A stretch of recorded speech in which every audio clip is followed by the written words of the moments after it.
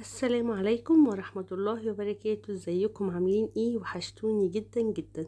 النهاردة كده هشارككم يومي في المطبخ. هنعمل مع بعض اكل سهل كده وسريع ومش هياخد مننا وقت خالص، وفي نفس الوقت مغذي لولادنا وكله فيتامينات كده وحديد عشان ندفي ولادنا كده في الجو الساقع ده.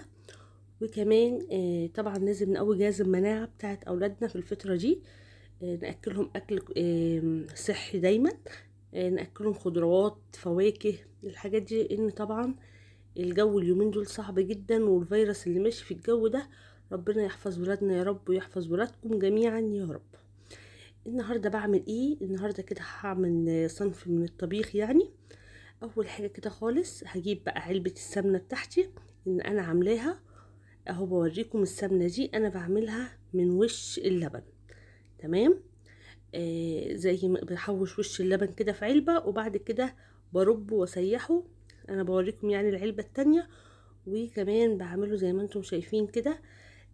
بسيحه وبطلع المرطة منه، بيتبقى لي ايه؟ السمنة الفلاحي الجميلة دي اللي بتكون طبيعية 100%. تمام كده، وبتخلي طعم الاكل تحفة.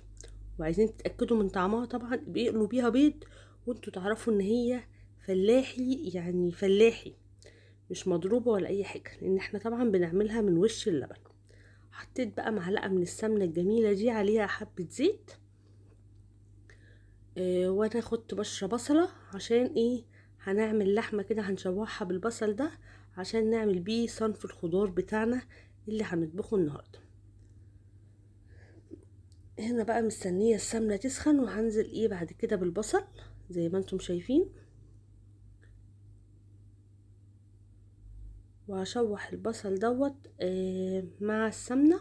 اول ما يبتدي يصفر معايا انا مقطعه اللحمه كده مكعبات، هنزل عليها. هنزل باللحمه يعني على البصل ده. ما تنسوش بقى تحطوا لايك وتسيبوا لي كومنت كده حلو زيكم، عشان انا بحب اقرا تعليقاتكم جدا. واللايك طبعا هو اللي بيرفع الفيديو، فما تبخلوش عليا باللايك، لان هو ده اللي بيخلي اليوتيوب يقترحوا يعني في المقترحات وكده، ويوصل لاكبر عدد من الناس. هنا بقى للاسف الكتل بتاعي باظ للاسف الشديد يعني. وانا طبعا لازم بزود اللحمه ميه سخنه عشان ما تاخدش معايا سوا وما تجلدش. فالجيش قالك ايه؟ اتصرف. رحت طلعت البراد بتاعي بعد ما كنت شلته اساسا عشان اغلي فيه ايه؟ ميه كده.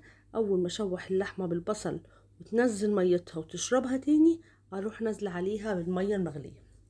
بحط في الحتة دي كده حبة فلفل اسمر عشان ريحة اللحمة بتاعتي تبقى حلوة كده وما تكونش فيها اي ايه ريحة يعني ما تعجبكيش. بحط بس هي معلقة فلفل اسمر كده،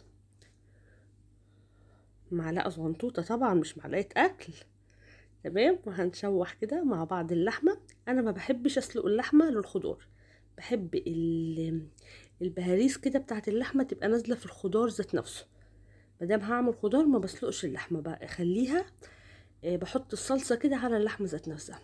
طيب بقى، وعبال ما اللحمة تتشوح مش هقف استنى اللحمة تتشوح، لا. عندي العلبة وعندي المبشرة اللي بشرت بيها البصل. كسلت اطلع الكبة فبشرت ايه؟ البصل بالمبشرة يعني. تمام. قلت هي مش مستاهلة. والطبق اللي كان فيه البصل قلت طبعا على طول كده اول باول اغسل ايه؟ الطبق والمبشرة والعلبة اللي كان فيها اللحمة دي، عشان ما يتكومش طبعا عندي مواعين زي ما انتم متعودين معايا. مين بقى وصل لحد هنا ولسه محطش اللايك؟ انزلوا يلا حطوا اللايك. خلاص كده. بصوا بقى، انا نقلت اللحمة في حلة اكبر. ليه؟ عشان كنت محتاجة حجم الحلة دي اعمل فيها الرز اولا. ثانيا الصنف اللي انا هعمله بياخد ايه؟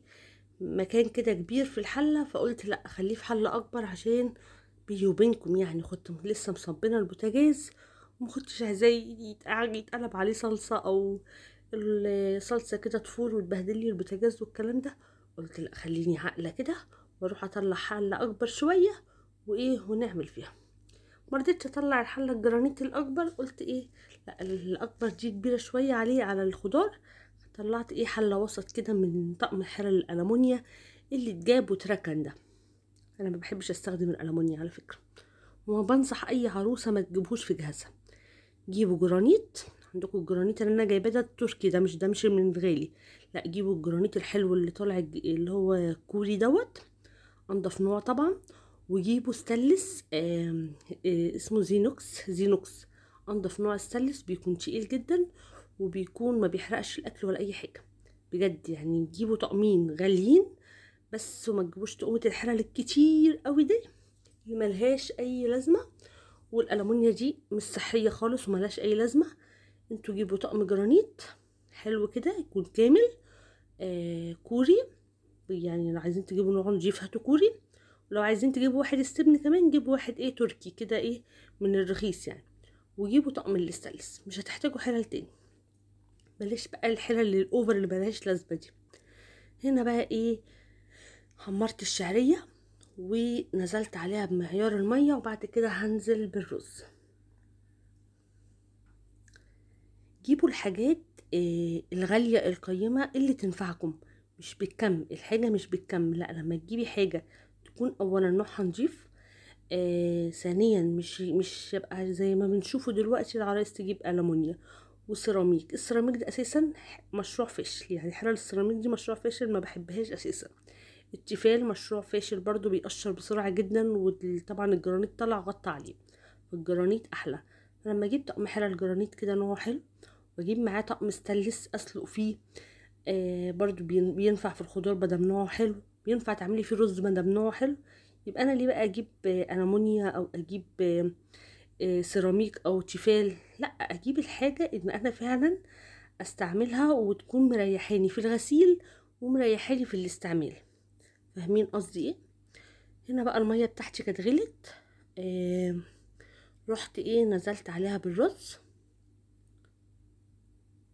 طبعا اسفه تاني على صوتي، والله انا عارفه ان انا بقالي فتره كده مزهقاكم بصوتي، بس البرد مش راضي يروح مني، اعمل ايه طيب؟ ما نزلكوش فيديوهات قولولي.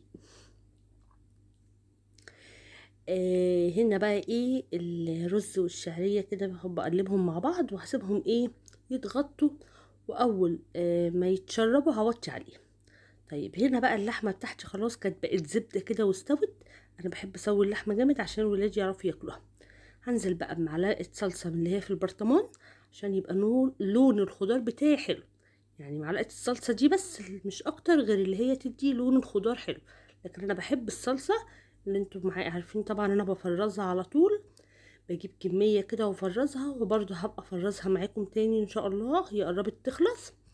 واحط بقى بهاراتي، احط بقى ابتدي احط الملح، فلفل اسمر، كمون، حبه كمون يعني كده صغيرين، وكزبره. بس الكزبره بقى انا عاملها في الطشه. بصوا بقى انا هعمل سبانخ. والله العظيم كنت بحبها وكنت بموت فيها، وكانت يعني كانت حلوه بالنسبه لي، بس رجعت قلبت عليها يعني. انا اساسا ماليش في الخضار والرز. خدت لي كده كام قطعه لحمه، قطعت عليهم طماطم وقرنين فلفل، بس تمام. وهسويهم كده واكلهم مع الرز. ان انا الخضار معرفش ما بيجيش معايا. الحاجه الوحيده اللي باكلها الباميه والملوخيه، وكنت باكل السبانخ بس قلبت عليها يعني. ما علينا، ما تشغلوش دماغكم بالتفاهات بتاعتي دي يعني. بس كده اهو. الصلصه بتاعتي بعد ما فكت كده كانت لسه مجمده، بعد ما فكت نزلت عليها بالسبانخ وهسيبها تستوي زي ما انتم شايفين. تمام كده. واللحمه بتاعتي برضو اللي انا قطعت عليها طماطميتين وقرن فلفل كده، وسبتها برضو تستوي يعني، تاخد غلوه معاهم الطماطم بس تتسبك معاهم، هي اللحمه مستويه. وطبعا السبانخ ما بتاخدش سوا. وانا هنا عملت الرز، وبعمل بقى الطشه. بس الرز كان بيتشرب على العين الصغيره اللي قدام دي، فاضطريت اعمل الطشه ورا. اسفه جدا طبعا ان طبعا هي مش واضحه لكم يعني. بس انا حطيت حطيت معلقه سمنه وعليها معلقه توم، وما كانش عندي كزبره خضراء، فاعمل حطيت كزبره ناشفه عادي جدا يعني. الدنيا مش هتقف على الكزبره الخضراء، الاتنين بيأدوا نفس الغرض نفس الطعم يعني. فعملتها بالكزبره الناشفه. وعايزه اقول لكم السبانخ كان طعمها جميل بشهاده جوزي وولادي. اي نعم مش بشهادتي انا، بس كانت عاجبه جوزي وولادي الحمد لله، وكان طعمها حلو جدا. للاسف اليوم ده بقى انا تعبت جامد. كنت المفروض ان انا اصور لكم الاكل بعد ما يخلص، بس اسفه جدا جدا تعبت وما قدرتش. بعديها سخنت يعني، وجالي بقى دور برد شديد جدا، فيا دوبك قمت غرفت لهم الاكل وانا مش شايفه قدامي لولادي، يعني كان جوزي لسه ما جاش من الشغل، وما للاسف ما صورتلكوش الاكل بعد ما خلص يعني. بس والله كان طعمه جميل، والحمد لله يعني. وكده كان يومي خلص معاكم النهارده في المطبخ. حبيت اشارككم يومي بس مش اكتر. ما تنسوش بقى تحطوا لي لايك وتعملوا شير وتعملوا سبسكرايب، واقول لكم السلام عليكم ورحمة الله وبركاته. مع السلامة.